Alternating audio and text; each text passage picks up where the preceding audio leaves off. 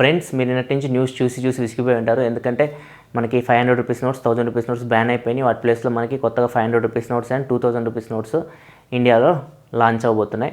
So వీటి గురించి మీరు ఏ న్యూస్ ఛానల్ పెట్టినా కానీ ఇవి వస్తున్నాయి. ప్లస్ యూట్యూబ్ ఓపెన్ చేసాం కానీ వీటి గురించి వస్తున్నాయి. ఇవి ఎప్పుడు మార్చుకోవాలి, ఎక్కడ మార్చుకోవాలి, లేకపోతే ఎంత టైం ఉంది, ఇవన్నీ మీకు న్యూస్లో తెలుస్తుంటాయి. సో ఇప్పుడు వాటి గురించి నేను మాట్లాడదలుచుకోలేదు.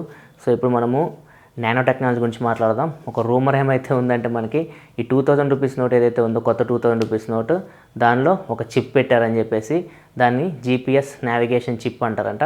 సో ఆ చిప్ నుంచి మనం ఆ నోట్ ఎక్కడుందో ట్రేస్ చేయొచ్చు by using GPS satellites. So GPS satellites use చేసుకొని మనం మన 2000 రూపీస్ నోట్ని ట్రాక్ చేయొచ్చు అని చెప్పేసి ఒక రూమర్ ఉంది. సో ఇది టెర్రరిస్టుల చేతికి వెళ్ళినా కానీ మన డబ్బులు ఎక్కడున్న లొకేషన్, ఎగ్జాక్ట్ లొకేషన్ తెలుసుకోవడానికి మనము ఈ చిప్స్ యూజ్ చేయొచ్చు అని చెప్పేసి రూమర్ ఉంది. సో ఇప్పుడు ఇది అసలు నిజంగా పాసిబుల్లా, అసలు నిజంగా మనము మన 2000 రూపీస్ నోట్లో అసలు ఏదైనా కరెన్సీ నోట్లో ఈ చిప్ పెట్టగలమా, అసలు ఈ చిప్ ఎలా వర్క్ అవుతుంది, సో వీటి గురించి మనం మాట్లాడుకోబోతున్నాం. చూస్తున్నా నా పేరు ప్రసాద్, మీరు చూస్తున్న Prasad tech in Telugu.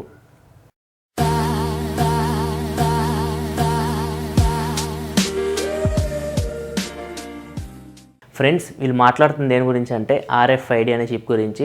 RFID అంటే రేడియో ఫ్రీక్వెన్సీ ఐడెంటిఫికేషన్. సో ఈ radio frequency identification chip use చేసుకొని మనము ఎగ్జాక్ట్ మన లొకేషన్ని ట్రేస్ చేయొచ్చా అంటే ఇప్పుడు మనం చూద్దాం దాని గురించి.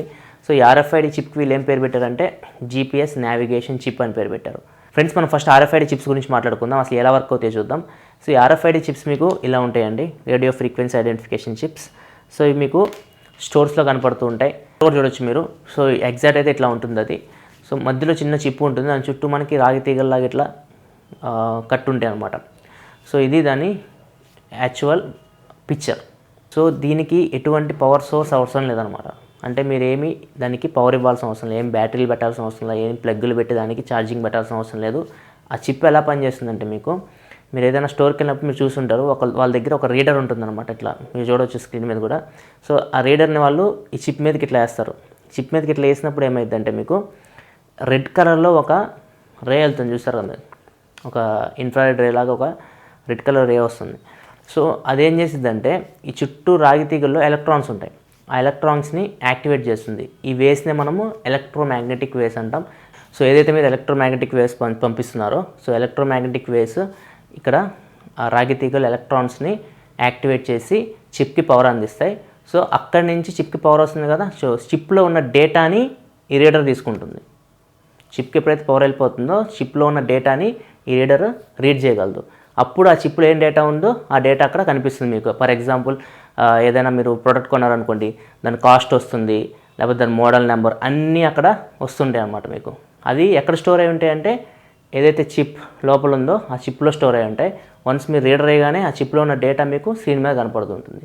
ఇది RFID చిప్ అనమాట.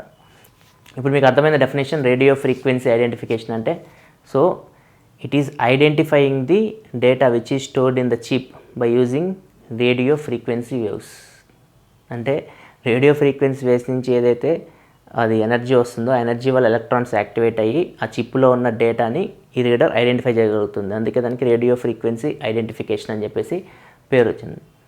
సో ఇప్పుడు ఈ రేడియో ఫ్రీక్వెన్సీ ఐడెంటిఫికేషన్ యూజ్ చేసుకొని మనం GPSని నావిగేట్ చేయగలమా, అసలు GPSని అంటే ట్రాక్ చేయగలమా అంటే కుదరదండి. ఎందుకంటే మీరు GPS సిస్టమ్ తీసుకుంటే మీకు దాన్ని లొకేషన్ కంప్యూట్ చేయడానికి, మీరున్న ఎగ్జాక్ట్ లొకేషన్ కంప్యూట్ చేయడానికి మనకు ఒక రిసీవర్ ఉంటుంది. మీ ఫోన్లో చూసుకుంటే GPS రిసీవర్ అని ఉంటుంది. సో ఆ రిసీవర్ ఏం చేస్తుంది, మీ లొకేషన్ క్యాలిక్యులేట్ చేస్తుంది. GPS సిగ్నల్స్ నుంచి అంటే GPS శాటిలైట్స్ నుంచి సిగ్నల్ తీసుకొని లొకేషన్ని క్యాలిక్యులేట్ చేసి ఎగ్జాక్ట్ లొకేషన్ మీ స్క్రీన్ మీద చూపిస్తూ ఉంటుంది. సో ఇదంతా చేసేది ఎవరండి, ప్రాసెసర్. సో ప్రాసెసర్ మీ లొకేషన్ని ఐడెంటిఫై చేస్తుంది అక్కడ బై యూజింగ్ GPS శాటిలైట్స్ అక్కడ. సో ఇక్కడ ప్రాసెసర్ రన్ అవ్వాలంటే మనకి బ్యాటరీ పవర్ కావాలి. సో ఇప్పుడు ఎగ్జాక్ట్ మీ నోట్లో కానీ GPS సిస్టమ్ పెట్టాలంటే మీ నోట్లో ఒక చిన్న ప్రాసెసర్ ఉండాలి. ఆ ప్రాసెసర్కి పవర్ సప్లై అంటే బ్యాటరీ ఉండాలి. సో ఇవి ఉంటేనే అది రన్ అవ్వగలదు, అది కంప్యూట్ చేసి మీ లొకేషన్ని ట్రేస్ చేస్తూ ఉండగలదు. సో ఇది పాసిబుల్ కాదు, మీ నోట్లో ఈ రెండు మనము ఇన్సర్ట్ చేయలేము, అసలు పెట్టలేము. సో ఒకవేళ ఫ్యూచర్లో పెట్టాలనుకున్నా కానీ కంపల్సరీ మన GPS లొకేషన్ ట్రేస్ చేయాలంటే ప్రాసెసింగ్కి చాలా పవర్ కావాలండి. సో ఏదైతే చిప్ మీరు పెట్టాలనుకున్నా అది ప్రాసెసర్ అనుకున్నా కానీ ఆ చిప్కి పవర్ కావాలి. సో ఆ పవర్ ఎక్కువ కావాలి, ఎందుకంటే మీరు జీపీఎస్ని అది లొకేట్ చేయాలంటే ఆ జీపీఎస్ లొకేషన్ అది క్యాలిక్యులేట్ చేయాలంటే కంపల్సరీ దానికి ఎక్కువ పవర్ కావాలి. సో ఎక్కువ పవర్ కావాలంటే కంపల్సరీ మనం ఎక్స్టర్నల్ బ్యాటరీ అనేది దానికి ఇవ్వాలి. సో మనం జీపీఎస్ నావిగేషన్ చిప్ అనేది నోట్లో అసలు పెట్టలేము. సో ఇది పెద్ద రూమర్, 2000 రూపీస్ నోట్లో మీకు జీపీఎస్ నావిగేషన్ చిప్ అనేది ఉండదు. ఇంకోటి ఏంటంటే ఈ చిప్ 120 మీటర్స్ భూమి లోపల మీరు పాతి పెట్టినా కానీ శాటిలైట్ సిగ్నల్స్ తీసుకొచ్చిద్దంట. ఆర్ఎఫ్ఐడి ఏదైతే మీరు ఇందాక చూసారో రేడియో ఫ్రీక్వెన్సీ వేవ్స్, మీరు ఎప్పుడైనా చూస్తే మీకు ప్రొడక్ట్ ఇక్కడ ఉంటుంది, గన్ ఇక్కడ ఉంటుంది. సో వాడు రీడర్ ఎక్కడ పెడతాడు, ప్రొడక్ట్ ఇక్కడ పెడతాడు. అంతకుమించి అంటే మ్యాక్సిమం 25 మీటర్స్ వరకు అది కవర్ చేయగలదు. 25 మీటర్స్ వరకే దాని range, radio frequency waves range. అంతకుమించి మీరు బయటికి పోయారంటే ఏం పని చేయదు. అట్లాంటిది మీరు 120 మీటర్స్ లోపల అది పాతి పెట్టినా కానీ మీరు సిగ్నల్స్ వస్తాయంటే అది ఇంపాసిబుల్, అది అసలు పాసిబులే కాదు. అండ్ ఇంకో విషయం ఏంటంటే ఈ రెండింటి మధ్య అడ్డు వచ్చింది అనుకోండి, అంటే ఫర్ ఎగ్జాంపుల్ మీరు ప్రొడక్ట్ ఉంది, ప్రొడక్ట్ని మీరు రీడ్ చేయాలి బై యూజింగ్ రీడర్. గన్ ఉంది కదా, గన్ మీరు ఇట్లా వేస్తారు, ఓకే రీడ్ చేస్తుంది బాగానే ఉంది. ఇప్పుడు మధ్యలో నేను ఒక గోడ కట్టాను, గోడ వెనక నువ్వు ప్రొడక్ట్ పట్టుకొని నించో అన్న, గోడ ముందు నేను నుంచి గన్నేస్తున్నాను.